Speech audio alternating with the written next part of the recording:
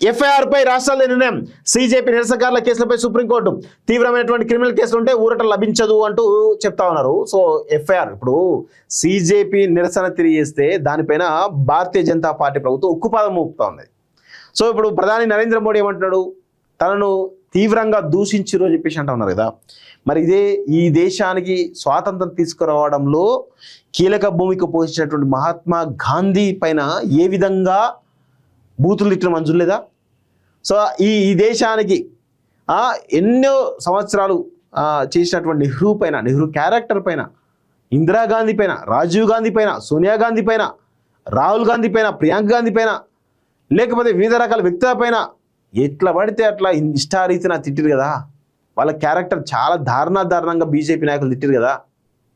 సోనియా గాంధీని bar girl అంటూ కూడా అనేక రకాల విమర్శలు చేశారు కదా. సో నెహ్రూ పైన అనేకమైన లైంగిక ఆరోపణలు చేశారు కదా. మరి ఇవి రావా? ప్రధాని మోడీకి ఆయన తిడితేనే నొప్పి అవుతుంది తప్ప మరి ఇలాంటి నాయకులను తిడితే వీళ్ళు కదా, వీళ్ళు మన దేశంలో దేశ నిర్మాణంలో భాగస్వాములు కాదా? ప్రజలు ఎన్నుకునే వ్యక్తులే కదా వీళ్ళు. సరే వారసత్వంగా వచ్చిర్రా లేకపోతే ఇంక దేనికి వచ్చినా పక్కన పెడితే ప్రజలు ఎన్నుకున్నటువంటి వ్యక్తులే కదా.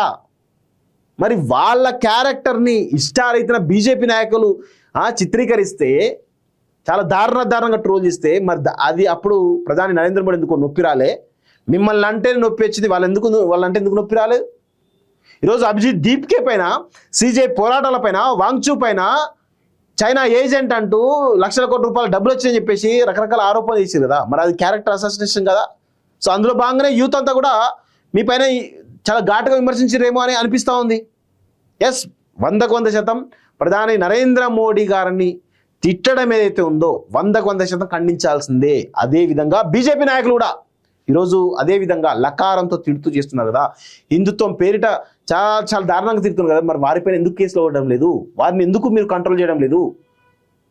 ఎప్పుడు కానీ ఖచ్చితంగా ఒక స్థాయిలో ఒక విమర్శలు ఉన్నప్పుడు దానికి ప్రతి విమర్శ ఖచ్చితంగా ఉంటుంది. అది అర్థం చేసుకోవాలి. ఎప్పుడు ప్రతి రోజు కూడా మీదే అనుకోవడం పొరపాటు. సో ఇప్పుడు యూత్ అంతా కూడా దేశవ్యాప్తంగా ఏకమైనరు, ఖచ్చితంగా మిమ్మల్ని గద్దెదించడానికి సిద్ధమవుతున్నారు. అది గుర్తుపెట్టుకోండి మోడీ గారు. సో ఇలా మీరు ఏదో పైకి నన్ను తిట్టినప్పటికీ కూడా వాళ్ళ యూత్ అంతా కూడా క్షమిస్తున్నారని చెప్పేసి మీరు అన్నారు కదా. అదంతా ఒకవైపు బయట ఏదో నెరేటివ్ బిల్డ్ చేస్తున్నారు తప్ప లోపల విద్యార్థులు ఎవరైతే సీజేపీ ప్రొటెస్ట్లో పాల్గొన్న యువత పైన ఉక్కుపాదం మోపుతున్నారు. ఇది చాలా మంది పైన, లక్షలాది మంది పైన కేసులు చేస్తూ ఉన్నారు. ఎక్కడెక్కడైతే పాట్నాలో కానీ, లేకపోతే పూణేలో కానీ, ముంబైలో కానీ, లేకపోతే దేశవ్యాప్తంగా జరిగినటువంటి నిరసనలో భాగంగా నిరసనకారుల పైన ఉక్కుపాదం మోపుతున్న విషయం కనబడతా ఉంది. బీహార్లో బీజేపీ ప్రభుత్వం ఉంది, మహారాష్ట్రలో బీజేపీ ప్రభుత్వం ఉంది. ఎక్కడ బీజేపీ ప్రభుత్వం ఉన్న చోట నిరసనలు ఎక్కువ జరిగినాయో అక్కడ ఆ నిరసనకారుల పైన ఉక్కుపాదం మోపుతూ ఆ నిరసనకారు యూత్ అందరిపైన కూడా అనేక రకాల ఇబ్బంది పెడుతున్న విషయం చూస్తా ఉన్నాం. ఇదా మీ పరిపాలన? ఎస్, యూత్ ఇక్కడ నిరసన తెలిసే హక్కు లేదా?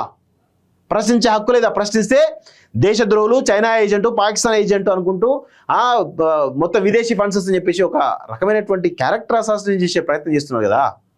మరి ఆ వైపు నుంచి కూడా అదే విమర్శలు వస్తాయి కదా. మీరు ఇష్టారీతిలో చేస్తా ఉంటే ఎవరు ఊరుకోరు ఇక్కడ. సో 100% సీజేపీ చేస్తున్నటువంటి పోరాటానికి దేశ యువత అంతా కూడా ఆ సీజేపీ మద్దతుగా నిలుస్తూ ఉంది. ఇంకొక బలమైనటువంటి పోరాటం నిర్మించాల్సిన అవసరం అయితే ఉంది అనేది చాలా స్పష్టంగా మేమైతే అనుకుంటున్నాం. సో అభిజిత్ దీప్కే తన యొక్క పోరాటాన్ని ఎక్కడ కూడా ఆపొద్దు. ఖచ్చితంగా ఈ దేశవ్యాప్తంగా ఆయన తిరగాలి, యూత్ అందరూ ఏకం చేయాలి. ఖచ్చితంగా ఆయన పైన ఒత్తిడిలు వస్తున్నాయి. ఆయన క్యారెక్టర్ అసాసినేట్ చేసే ప్రయత్నం జరుగుతూ ఉంది. ఆయనను బీజేపీ జాయిన్ కావాలని ఒత్తిడి చేస్తూ ఉన్నారు. అయినప్పుడు కూడా ఆయన వెనకాల వేస్తున్నాడు. ఎందుకంటే ఈ దేశం మీద ప్రేమ ఉంది, ఈ దేశం సర్వనాశనం అయితే చూడలేకపోతున్నాడు కాబట్టి చేస్తున్నాం. కానీ విషయం ఏంటంటే ఆయన దళితుడు కాబట్టి రేపు అన్ని బీజేపీ, కాంగ్రెస్ అన్ని ఏకమై ఆ దళితుడి యొక్క ఆ వ్యక్తి పైన కూడా పెద్ద ఎత్తున ఇబ్బంది పెట్టే కార్యక్రమం ఖచ్చితంగా జరుగుతుంది. చూడండి మీరు, ఆయన వదిలిపెట్టరు వీళ్ళంతా ఎవరు కూడా.